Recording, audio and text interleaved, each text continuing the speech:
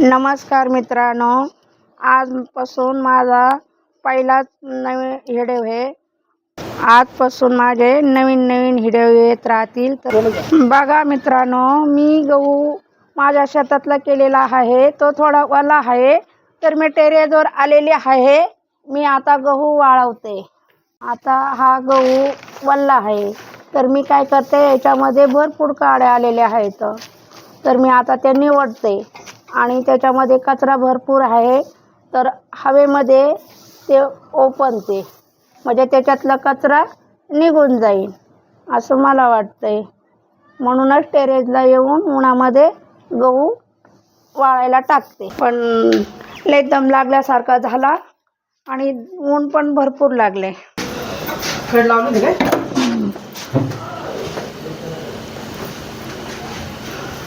आता दरवाजा खोलते, फॅन लावते आणि स्वयंपाक करायला घेते.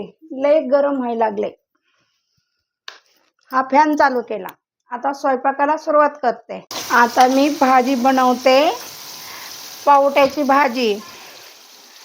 गावाकडून माझा मुलगा आणि सुनबाई गेलेली, त्यांनी पावटाच म्हणजे वालाच्या शेंगा त्याची भाजी बनवते.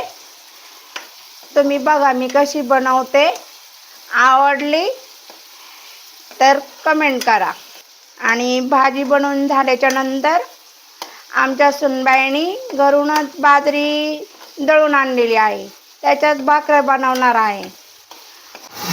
आता ह्या वालाच्या भाजीमध्ये 1 चमच मसाला, लाल तिखट, धना पावडर, घरकुल मसाला. आता मी मसाले भरपूर टाकलेत. आता मी हे हलवून घेते, तेलामध्ये परतून घेते आणि पाणी टाकल्याच्या नंतर मग वालाच्या शेंगा सोललेल्या आहेत ना, त्याच्यात दाणे टाकते, मीठ टाकते. त्यानंतर मी ह्या वालाच्या शेंगा टाकते, आता म्हणजे दाणे टाकते.